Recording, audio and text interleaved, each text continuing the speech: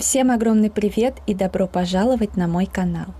Сегодня у меня новый хобби-влог, и кому интересно подобного рода видео, оставайтесь со мной и приятного вам просмотра. Несколько месяцев подряд я в начале месяца красила Colortronic. Имеется в виду, этому было посвящено все видео, но потом немножко я по некоторым причинам сделала другое видео, то есть я красила Colortronic и еще что-то. Прошел месяц, поэтому я не помню. Возобновлю я эту традицию сейчас или нет, не знаю, как получится. Посмотрю по времени, сколько я ее буду раскрашивать сейчас. Потому что, чтобы ролик совсем не был короткий. Скорее всего, это будет, видео полностью с раскрашиванием Colortronic. Возможно, все-таки что-то добавлю. Мы эту раскраску вместе с Оксаной красим. Ссылка на канал Оксаны, как всегда, под видео и в конечной заставке. Так что заходите, смотрите, у Оксаны прекрасный канал. Мы выбрали в этом месяце вот эту иллюстрацию. Леопард. Я, когда красила вот это, в какой-то момент забыла передвинуть лист, который я подкладывала, и вот что получилось, к сожалению. Ничего страшного. Крашу я здесь в основном маркерами, но у меня вот такого цвета, к сожалению, маркеров уже нет. Потому что, по крайней мере, на какие-то большие фрагменты их не хватит. Поэтому, хотя у меня есть и шарпи, и мазери, и еще вот всякие разные. Под всякими разными вот что подразумеваю. Можно, конечно, взять брашпены точно. Потому что вот икеевский фломастер, он как бы выглядит мятным, а на деле он голубой. Впрочем, с учетом того, что здесь голубого цвета нет, можно его спокойно использовать. В общем, красить я буду на камеру, так что оставайтесь со мной, не переключайтесь. Тут некоторые уже фломастеры, маркеры подготовила. И приступаем. Соскучилась я за месяц по этой раскраске. В общем, буду с удовольствием сейчас раскрашивать. Вот что-то мне подсказывает, что придется менять маркер. Мазери уже засыхает. Так, вот другой взяла. Но он отличается. Он как бы и по номеру отличается на 1 или на 2.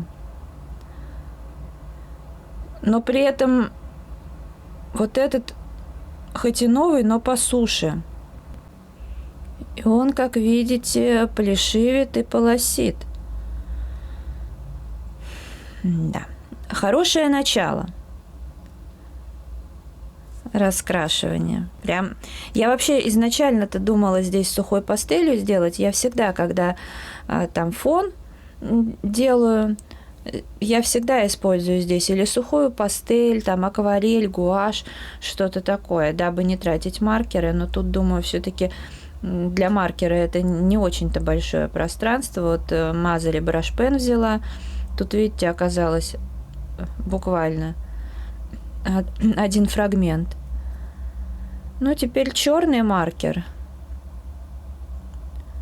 Сейчас сначала им все закрашу. Потом возьму другое. Шикарная раскраска.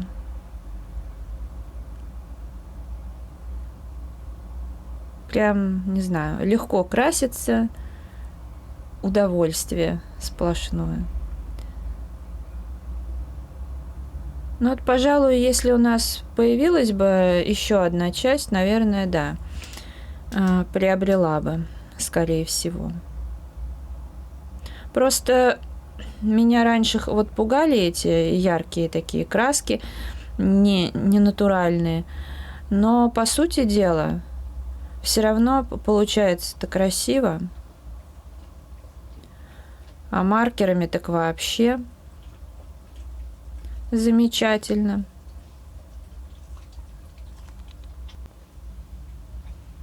Это вот прям стопроцентная отдыхалочка.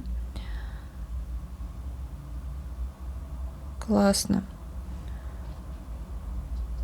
Главное, салфетку подложила. Я дораскрашивала черным маркером и взяла следующий цвет. Но это из тех, что я заранее подобрала. Такие тут маркеры в новом наборе, аж прям пастельные, нежные. Иллюстрация уже смотрится классно, даже вот чисто с черным маркером.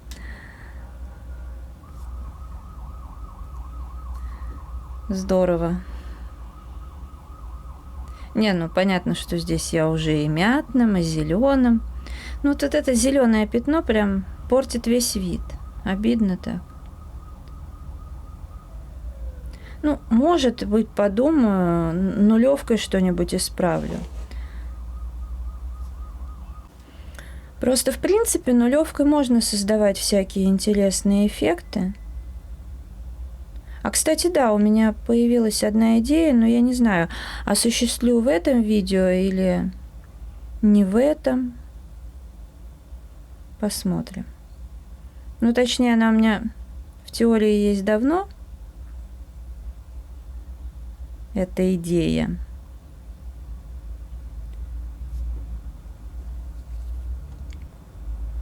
Ну, в общем, потом, может быть. Сейчас просто пораскрашиваю. Другой цвет. Тоже очень красивый. Такая физиономия получается классная. Я думаю, что когда до конца дораскрашиваю, вообще будет симпатично. Приятно, когда, в общем-то, конечный результат, он получается вот такой, как здесь. А не как периодически с цветовыми квестами бывает, что потратишь огромное количество фломастеров, маркеров, а на выходе получается не пойми что из-за пикселей. Не, ну и там тоже бывают красивые иллюстрации. Вот этот цвет мне нравится. Очень красивый.